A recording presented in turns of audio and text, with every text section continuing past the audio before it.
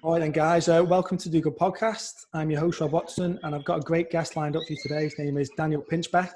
He's the author of numerous books, including Breaking Open the Head, and his most recent one, How Soon Is Now. His essays and articles have been featured in the New York Times and the Rolling Stones, just to name a few, where Daniel talks candidly about how we need to move to a new stage of awareness, one that is based on cooperation over competition to help us make the necessary shift to overcome the global challenges we face right now. So firstly, Daniel, really appreciate you taking your time to chat with me today. Oh, thanks for having me, Rob.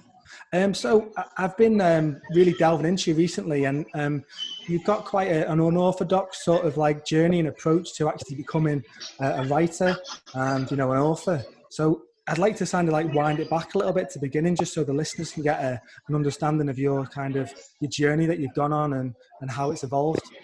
So yeah, I grew up in a kind of artistic home.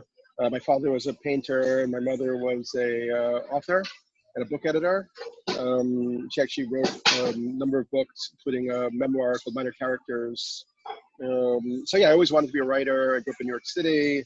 I didn't like college. I dropped out. I worked in magazines. Then in my late 20s, I had a kind of an existential crisis. And I remembered a handful of psychedelic experiences that I'd had in college. And I decided to make an exploration of them as a journalist. So I was writing for magazines like Esquire and the New York Times and so on. So I got assignments. I wrote for the Village Voice about ayahuasca. Then I ended up going to West Africa for a magazine called Vibe, and taking iboga and a Weedy initiation ceremony. And then I ended up having a lot of other adventures, wrote about Burning Man for the Rolling Stone magazine in 2000, I guess. And I ended up writing a first book, Breaking Open the Head, that was about psychedelic shamanism. And that book really chronicled my own shift in my way of understanding the world, because I had a lot of psychic and paranormal experiences. So I began to really understand that shamanism had a validity to it, that there were these other levels of the psyche that shamans talk about. And that made me aware that we were expressing kind of indigenous knowledge and their, wisdom, their spiritual beliefs. And then I became very interested in the fact that a lot of indigenous cultures and even Western cultures have a prophetic understanding at the time that we're in now. It's a time of tremendous transformation. The Maya had a calendar that kind of completed a great cycle over 5,000 years in 2012, from the fourth world to the fifth world. Well, anyway, so the 2012 book was looking at taking seriously the knowledge of indigenous cultures like the Maya and the Hopi and the Aztecs that were in a time of prophetic transformation, and then trying to understand that from a number of different angles. And yeah, I don't know what else you want me to tell you about my past, but 2017, I wrote How Soon Is Now. Most recently, a book called When Plants Dream, that is about ayahuasca, that I wrote with an anthropologist. That sounds like a really fascinating journey you've gone on, and it's interesting some of the stuff you're talking about, like with the Mayan calendar and prophecies and stuff, and now we're chatting in the middle of 2020, where no one could have forecast what's sort of gone on, particularly in the last 6 months. And I wonder what your perspective was in that, and as if this is kind of like, this is happening now to sort of accelerate the shift to, the thing that you're talking about was, this rapid change that we're seeking. Yeah, I mean, I think that it's proving my hypothesis. I mean, I was never fixated on the date 2012. It was more kind of recognizing that these cultures had recognized from a long time ago that around this time there would be this intense, profound planetary transformation of consciousness and of society and so on. And I was already very concerned, even going back to Breaking Open the Head, that we were facing an ecological emergency, but we weren't really facing it. We weren't really dealing with what it meant or the consequences of it. And the virus is another outgrowth of this ecological catastrophe that we're unleashing. You, from all the stuff that you talk about doing, the shamanism and the psychedelics and stuff, kind of having these visions, psychic visions, like that, are you very kind of optimistic that we're going to kind of break it through what almost feels like the eye of a needle that we've got to go through to kind of move on through? I don't know if I'm optimistic. I mean, the book How Soon Is Now was an effort to put together a systemic approach to what we would have to do on a planetary species level to deal with the ecological emergency. And I looked at it in different kind of the three main areas, being kind of how we would have to shift our technical systems, our technical infrastructure from industry to agriculture to energy production to waste management. We would have to change our social systems so that we could make those technical changes. And lastly, how we would have to influence the global consciousness of humanity so that we could make these changes together. And I was aware that we only had a short period of time to bring about such a change. And in the years since that book came out, which is now 3 years, we don't seem like we're making a change in that way. So because it's quite a radical shift, I don't think we can continue capitalism as usual. If we want to protect the lives of most people on the planet, at the moment it feels that the kind of ruling elites have made a decision that that they can sacrifice many people's futures in order to maintain control of resources and capital for themselves. At least that's how the current kind of program seems to be going. But the thing that I don't understand from their perspective is the legitimate prospect of extinction as a species is really close at hand. If we break through 2 degrees Celsius warmer than pre-industrial levels, we could easily go to 3, 4, 5 degrees with all these feedback loops that get engaged. And then really most of the planet becomes uninhabitable. And it could happen much faster than most predictions tell us, because even the projections of bodies like the scientists in the writing IPCC report are very conservative. And we're now seeing some papers like Jamie Bendel's paper, Deep Adaptation, and obviously Extinction Rebellion, citing a lot of sources that are really saying that we're actually already on the cusp of bringing about our own extinction. And we would really need a radical shift in direction to prevent that. So I don't necessarily see that happening. So, I'm also open to more like esoteric and occult ideas because I've had many direct experiences of these other levels of reality. In some way, this is a cosmic play, an illusion, a game, consciousness exploring its great capacities, and maybe this is the end of the game that we play in this human form. Yeah, it definitely seems like you say. We're hearing there's a lot of. One thing I'd like to think about is I see Extinction Rebellion, and I see the youth that are rising up and they're doing the climate strikes and school strikes and all this stuff because they're obviously really, they're angry really with the way corporations have taken this path, and particularly the economic. And I know John Perkins talks about that we're in a death economy, and we need to move from a death economy to a life economy. And it's the process we can go, but we can't spend 50 years transitioning or 100 years transitioning to it. And like you say about the ruling elite, they're holding on. They'd rather go down with the ship than to actually get on board and be willing to share resources and be more connected.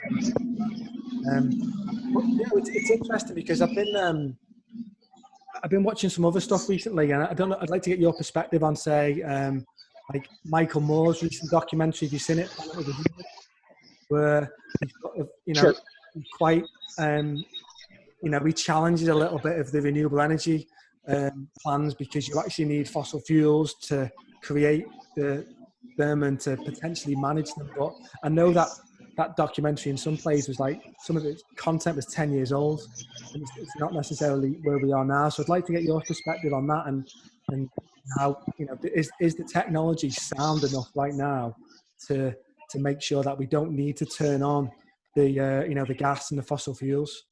Yeah, so I'm not an expert on renewable energy. I recently hosted a webinar, a course which is still available for people to go through it, called Building Our Regenerative Future, which was taking a more positive approach, regenerativefuture.net.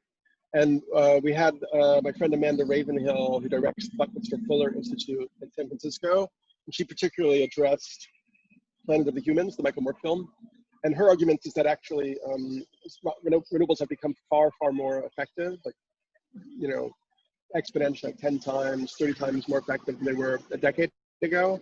And so some of the material that film presented was totally out of balance and kind of wrong, considering, where we are now with renewables. However, having said that, I still think the film, it's probably a mistake in some ways, but it is important to realize that we're not going to be able to continue the type of industrial technoculture that we've had, over the last 30 years, if we want to salvage the planet from ecological catastrophe. So we would have to agree to a lot of voluntary restrictions. I mean, and it's quite interesting in a way because the pandemic and the virus have kind of shown that can happen during an emergency, like travel, lowered consumption of goods, we would need kind of to put very, very hard caps on fossil fuel consumption individually and on meat consumption and so on. So and while we made this rapid transition to renewables as much as possible. But barring more technological breakthroughs, which we can always hope for, it doesn't seem like we're able just to continue. And that's been one of the problems with the sort of eco-capitalist green movement, which has given us the sense of sustainability, that if we just become more sustainable, we continue as we were. And actually, that's radically not the case. We would have to really shift into something quite different. It's good to get that perspective, because I did hear a few people after the documentary got released to sort of, challenge a lot of the things that were in there. And I don't know if you've seen a documentary called The Need to Grow, which was truly fascinating, and it had a real focus on creating biochar and how we can really regenerate the soil. It was kind of left me much more feeling much more positive. There's things that we can do. I think sometimes you read the headlines, and individual people can feel like overwhelmed. They can be like, well, what am I supposed to do? It can feel like the system's too big, it's got too much control, but we can actually all take steps, whether it's, like you say, being conscious more of where we're going, our footprint, but also in our gardens, getting back to growing food, and just getting back, living in community and all these things. So I'd like to hear maybe some of the things in your book which talk about some of the solutions that individuals can be doing, like day to day, without feeling totally overwhelmed by, the headlines about extinction.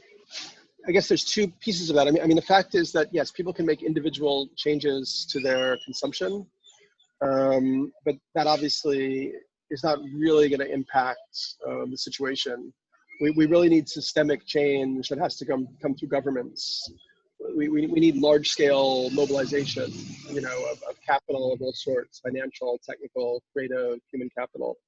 And so it's nice that people do carbon offset or grow some of their own food again. I mean, building communities is probably one of the key things. Getting people to come back together into community circles. But I don't think we can fool ourselves that on an individual basis, our actions are really going to be of great value. It really has to be. That's why I need something like a social movement, like a systemic plan of action. And that's really what we were trying to put forth in this course, Building Our Regenerative Future, which is at regenerativefuture.net if you want to see it. Is both looking at the things that we can do individually, composting, rebuilding soil, building communities, local currencies, but then recognizing that there also needs to be a movement of movements towards a large scale civilizational shift in paradigm. You mentioned then about local currencies and stuff. Are you optimistic that cryptocurrency can play a role in decentralization and giving power back to the people and taking it back from the banks? Does it have a role to play in it all? I was very, very optimistic about crypto for quite a while. Then I actually got involved with some people in the crypto scene and became less optimistic.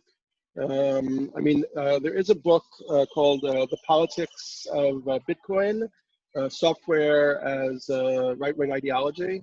And you actually, when you read that book, it's by this guy, David Columbia. It's a very short book. It really explains how programmed into Bitcoin is a kind of libertarian philosophy, that really exalts, private individual wealth as like the only value. And that's unfortunately a lot of the crypto space is trapped in this kind of libertarian mindset, and has kind of confused aspirations. Now, could blockchain be utilized for a progressive social movement to do things like distributed decision making, voting? I mean, could it also be a way that people could allocate resources collectively through something like, distributed autonomous organizations and so on? Yeah, I mean, it has tremendous potential, but the utility of it at the moment has sort of gone in the other direction. It's more like crypto libertarianism and kind of, decentralized finance, different ways to create new financial products or assets, new forms of speculation. Bitcoin, has turned out not to be a unit of exchange. It's kind of like it's like digital gold. It's like a virtual stored asset that only has a value, because of the fact that it's safe and people have invested it in a certain amount of value. It doesn't really seem to have the type of utility socially as the original, value, people who were promoting it claimed. Similarly, Ethereum ran into issues around scalability. So there really hasn't been, like, Ethereum came in with a lot of, social kind of idealism behind it, but there really hasn't, as far as I've seen, I haven't seen one project that seems to fulfill that idealism. Then you have these other coins like EOS, which claim to solve the problems of Ethereum through, the scalability problem by creating another voting mechanism where you had 21 nodes who could vote. But then it turns out that a lot of those nodes are now owned by the Chinese. So essentially the Chinese have taken over control of EOS, they can do with it what they want. So yeah, I mean, it's an experimental space. Up to this point, we're not really seeing anything of great social value. And I think some corporations are using blockchains for their supply chains and so on. I hope that something magnificent emerges. I've been very curious about Democracy OS as one idea, but I haven't seen such an emergence as of yet. Yeah, I think the challenge as well for the person on the street is it's so volatile as well. You could, the fact that it can jump 10-20% in a day or up and down. I think people are so associated with the dollar or the pound and knowing what they can get for it. It kind of feels like there needs to, some element of a stable coin would have to be in place for it to kind of work on a day to day. But there are stable coins. I mean, Tether has been a stable coin, but that kind of does away with the value of it anyway, because the whole idea is to have a separate currency that's not directly linked to the the other currencies. In the course Building Our Regenerative Future, we had a section on economy, and we looked at a number of ideas. Like we had Tom Greco, who talks about local exchange trading systems as an interesting tool. Bernard Lietaer is a very interesting thinker. He wrote a book called I may be losing the title of this book. But he came up with this idea for the Terra, like a negative interest currency. That would be like a global trading currency that would lose value if you tried to hold on to it. So people would want to keep exchanging it rather than hoarding it. Very interesting idea. He wrote a book called The End of Money and the Future of Civilization. Anyway, yeah. So there's a lot to discuss there. But so far, I haven't seen anything in crypto that's going to do the job. Because as you said there about about talking about the end of money, it feels like at some point, like I don't know if you're aware of the Ubuntu movement from Michael Tellinger, who's like from South Africa, and and the Venus Project, and stuff like that, where they're talking. Eventually, we have to move to a society without money. Because when I really think about money, like most of us feel enslaved by it.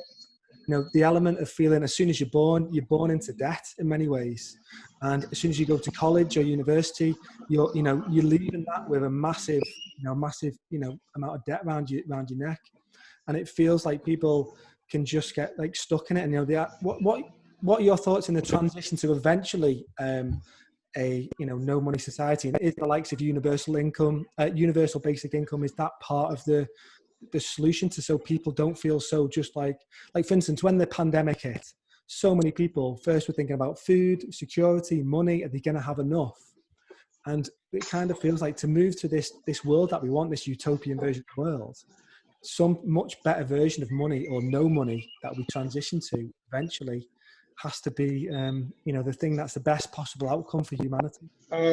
Yeah, I definitely think that we need a different system. I mean, money is, capital is ultimately, as the political philosopher Antonio Negri says, a social relation. Money, is our agreed upon measure of exchange. When a billionaire walks into a room, everybody reacts physically, with this kind of fear and excitement. But the billion actually only exists in everybody's mind. It's not like he has like 3 penises or something.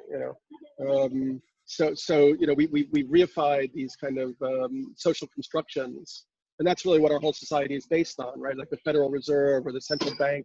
They're always shot in front of these, Greek-looking, Roman-looking buildings with columns and arches. The idea is to give you this sense of like stability and authority, but actually it's all in the human mind, right? So yeah, we could, drop this current monetary system, which has been, very deeply corrupted by the international criminal cabal that are involved with Trump, the Russian mafia, and the financial gangsters in the U.S. who made money off of the 2008 crash and the subprime, mortgages and so on. But the question is, how do you do that? Because if we were not to have an operating system like money, we would see mass starvation right now, because everybody is kind of, all the supply chains are built on it. So, how could you create an alternative and organize a shift to it? I don't know. I don't think that enough work is being done in this regard. It may emerge through catastrophe.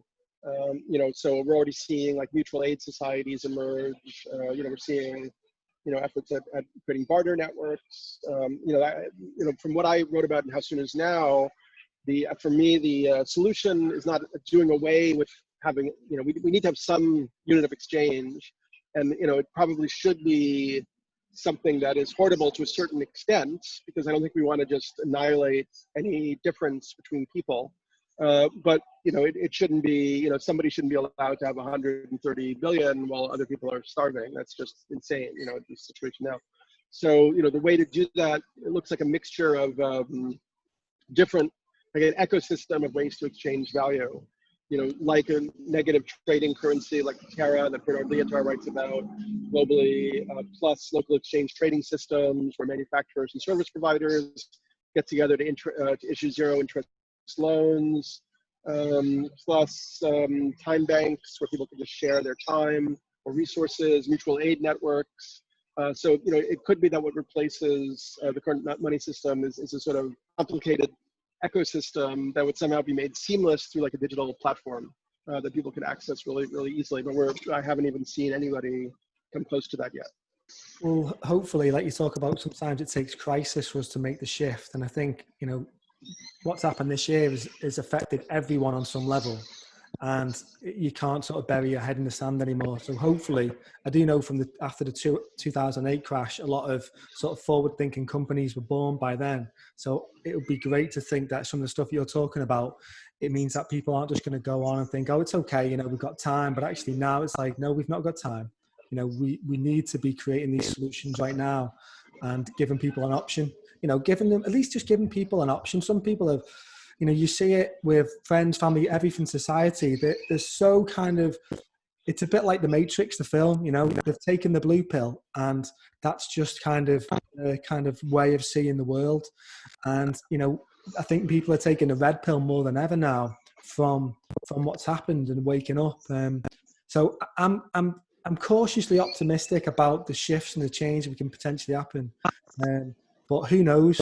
Who knows? And I think, like you said before about, looking at stuff, psychedelics and stuff, and having that feeling that, it's all a bit of an illusion anyway. It's a bit of a game. So, we'll kind of just see how it plays. But just coming back, I just touched on then psychedelics. I'd really like to get more of an insight from you on some of the transformations that you've had in your own life from a particular journey that you've gone on, whether that's ayahuasca, peyote, doing mushrooms or microdosing. Is it just been taking them over a period of time, or has there been particular shifts from a few events that have, really opened you up and sent you in a completely different path?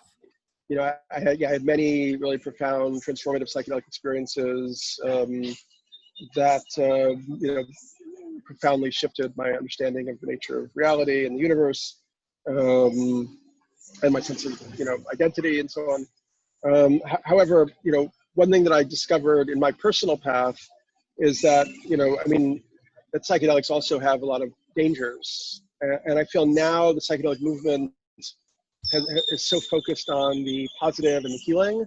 There's such a huge initiative to get psychedelics approved by governments and for mainstream society and so on. And I agree with that. I think that's very important.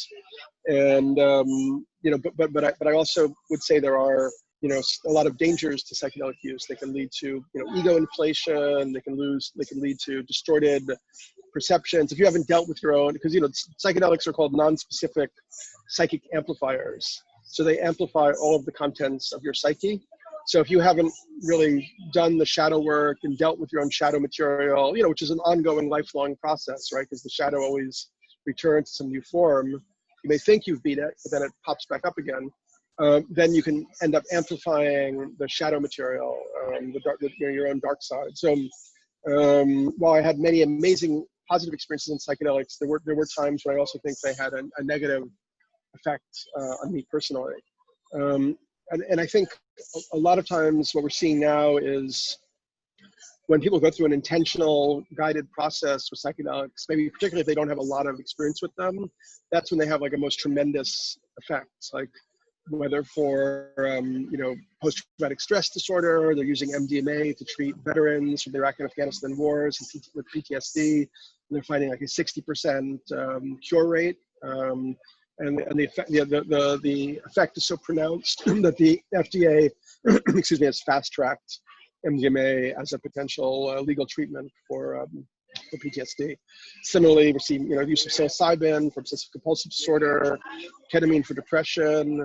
The Imperial College in London has been doing like so much incredible work around all this different stuff, and then also creativity. I mean, going back to the 60s, there were studies in LSD and creativity. And now the Imperial College has been doing brain scans of people on high-dose psilocybin and LSD, and you can actually see why they would be such, kind of tools for innovation and creative problem solving, because they really light up different areas of the brain like a switchboard. They make connections between areas of the brain that don't normally connect. They light up kind of dormant areas of the brain. And if we think of innovation as really being about making unusual connections, that we can really almost see it, viscerally mapped out, how psychedelics help us do that. Touched on there, I think, the trials that are going on with MDMA, it really is, it's a real paradigm shift for a lot of people, and it's good that there's a potential for that actually seeping through and coming through the mainstream and being used rather than just, psychoactive drugs and stuff just to try and solve the problems. But like you say, yeah, it's a fine line, and if you're just doing it recreational, or you're going in, and I think Terence McKenna will talk about the hero's dose and stuff, and you can have like psychotic breaks. So you really have to respect the plants, and you have to do it in a very ceremonial way and honor it, and realize it's coming from the earth, and and we are part of the earth. But that's interesting to hear your take on that side of stuff. Another thing that we're seeing right now also is that a sort of sizable subset of the kind of transformational culture, kind of neo-shamanic spiritual world, have actually been kind of infected by like a sort of negative aspects of conspiracy. And some of them are, really coming over to the QAnon narrative or the Pizzagate narrative, or they're even supporting this idea that Donald Trump is this, still after 3.5 years of carnage and chaos, that he somehow represents this kind of warrior, against the, pedophilic, satanic rulers of the deep state, that he's going to overthrow, something or other. So. And it's very interesting. I mean, a lot of people I know are now trying to understand how this kind of it's being called conspirituality, how this kind of conspirituality mindset has emerged from people who were, who seem quite likable and progressive and innovative and experimental, but they've kind of twisted over into this right-wing mindset. And some of it has to do with kind of a programmatic attack on the part of the far right, using artificial intelligence and algorithms to track people's psychological makeup through social networks, and then to feed them content that over time pulls them further in a direction.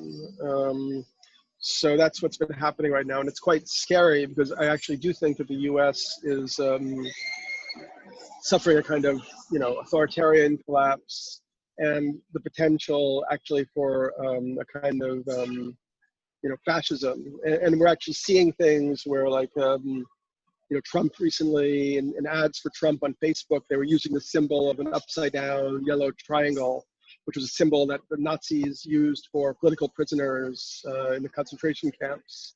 So we're seeing it to that extent of what's called dog whistling or telegraphing, that the the white supremacist kind of Nazi kind of undercurrent behind the Trump regime is signaling directly using recognizable symbols like that one.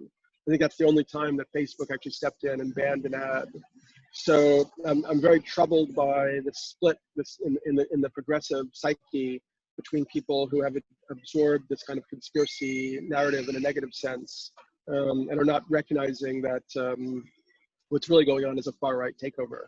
Where Trump himself is a kind of representative of an international gangster elite that includes, Russian oligarchs and so on, and that they've really got a plan for a demolition, of democracy and a kind of civil society in general.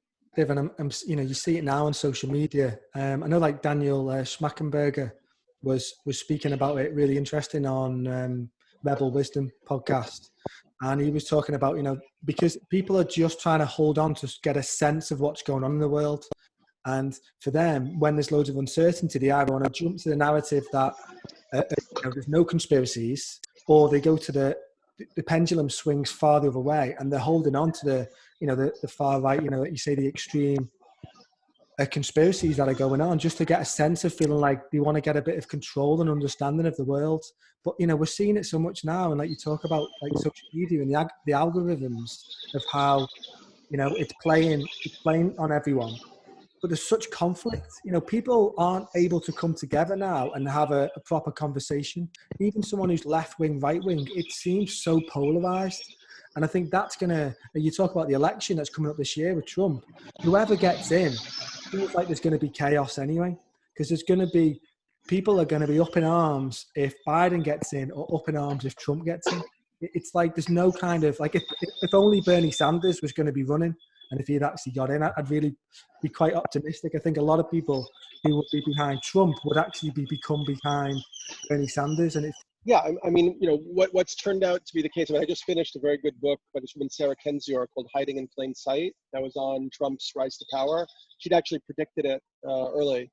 And he was kind of, he made different phantom runs at the presidency over, like, 2 decades or something. And he had backing him, what was his name, Roy Cohn, who was one of Nixon's associates, and Roger Stone, who was the Fox News right-wing kind of apparatchik. So, yeah, I mean, and then there's the deep connection in his, intimates to, the Russian oligarchs, and the fact that actually Trump's whole enterprise was basically propped up by like a criminal enterprise, like the Trump Towers. A lot of the condos were bought with cash. There was like money laundering going on. A lot of them were sold to members of these Russian oligarch families and so on. So it's not like a fair fight right now, and it's not like and I think that when I listen to Schmachtenberger and a lot of other analysis, they're still muddy. Maybe I'm just more of a leftist, but I think that they're actually missing what's actually going on, which is that this is an intentional subversion of democracy that has kind of like a 40-year history. You could also read the book Dark Money by Jane Mayer, who looks at how the Koch brothers assembled in the 60s, a group of American wealthy families and so on, and they didn't want to see more social services and more liberty. They didn't want to see better public education, public health in the U.S. So they were like, what are we going to do? Society's moving in this direction. And they actually met in a series of conferences, and they crafted a strategy that they then executed over 30 or 40 years that included building a whole intellectual infrastructure of think tanks. They looked at everything that the progressive left wing did, or quote unquote left, not even that left.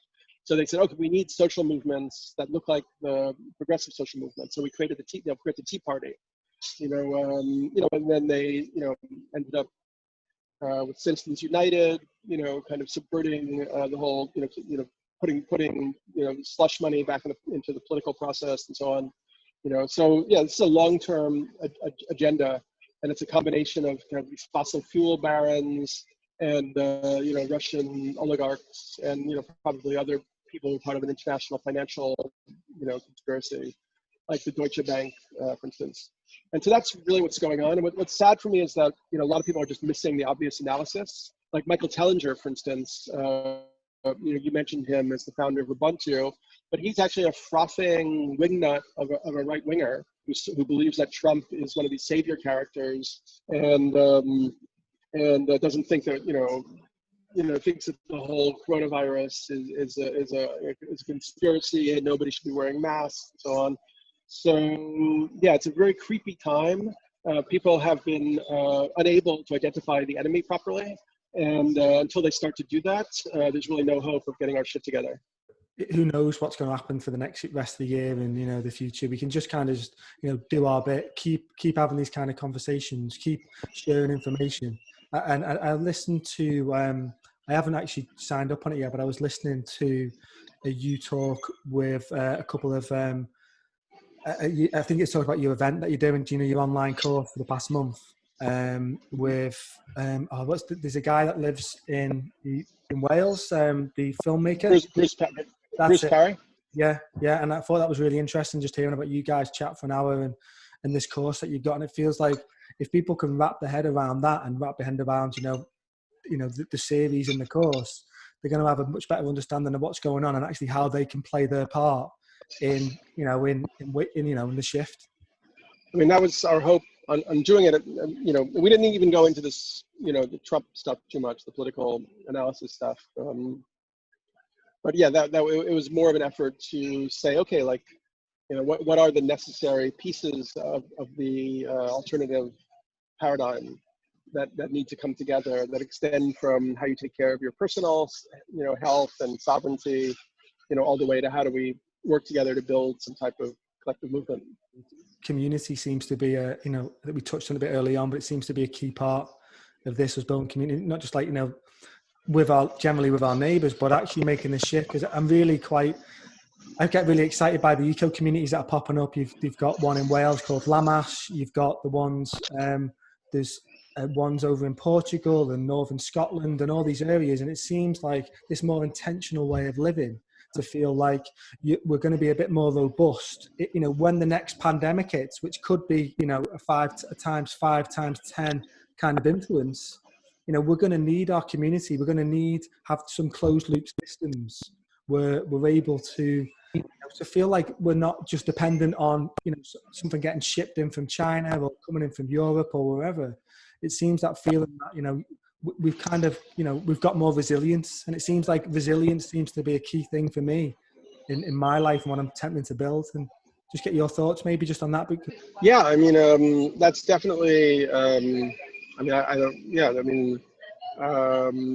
huge piece of the puzzle. I mean, I have a lot of friends who, have been moving to sort of exotic locations like New Zealand or Costa Rica and building communities. And that's already a very privileged, kind of opportunity to do that. For people to start really, building local communities and bringing ideas around resilience and regenerative, kind of food supplies and so on. It may happen in the next 5 to 10 years that we have to get very, very serious about, where our food and our water and our energy is coming from, and how that gets provided to us, in the event of things getting very, very, weird and economic systems changing. we had, as one of the participants in our course, we had a really wonderful young architect from Lebanon who's working on building a sustainable sort of urban forestry in cities in Lebanon. But he was reporting what's happening in Lebanon, and it was really shocking, like total political corruption. People can't take any money out of the banks, or just a very, very small amount. They're kind of totally unable to move. I mean, we think that can't happen in the UK or the US, but who knows at this point? I mean, who would have thought that a US passport now only allows you to go to, like, Mexico, Turkey, and Barbados or something, and that's it on the planet, So yeah, all bets are off. Things are changing very, very rapidly. And I do think that the course that we did, which we're going to revamp, but people can still get on it right now. If they can, if they message me, I can give them a discount for it. It's www.regenerativefuture.net. They can send a message to the website and regenerativefuture.net, and yeah, we can get them on board for that. I think you talking about that with the course and wrapping it up, and that seems like a good way to kind of end it, so people can sort of, that's a good point for them to go in and get a bit more of understanding of this, because for some people who are just have been in the system and live in a certain way, and suddenly realizing that happiness isn't coming from the standard job and even saving some money, or thinking I'm going to work till I'm 65 and I'll get my pension, because what does the future look like? Is there going to be a pension for people in the next 20, 30 years? No, I don't think so. The system is done. This system is done.